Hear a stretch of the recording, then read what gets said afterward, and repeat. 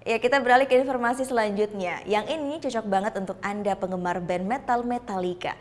Mereka ini rutin ternyata untuk menggelar aksi sosial sejak 2 tahun lalu ya. Band ini menggelar hari pelayanan berbagi dengan orang-orang yang membutuhkan. Nah, tahun ini bersama para penggemarnya, pemain bass Robert Trujillo menyortir dan mengantongi apel untuk dibagi-bagikan.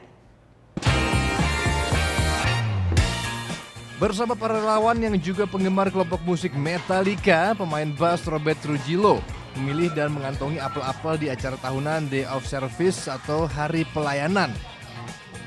Baru diselenggarakan 2 kali, acara ini digelar di Bank Makanan Regional Los Angeles yang ada di Vernon, California, Amerika Serikat.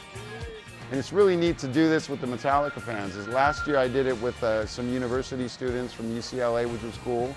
But to see like 3 times more people even here today, they're all Metallica fans. It's really, really exciting and fun. Bertambah dari tahun sebelumnya, tahun ini jumlah sukarelawan yang berpartisipasi dalam kegiatan ini mencapai 3.000 orang.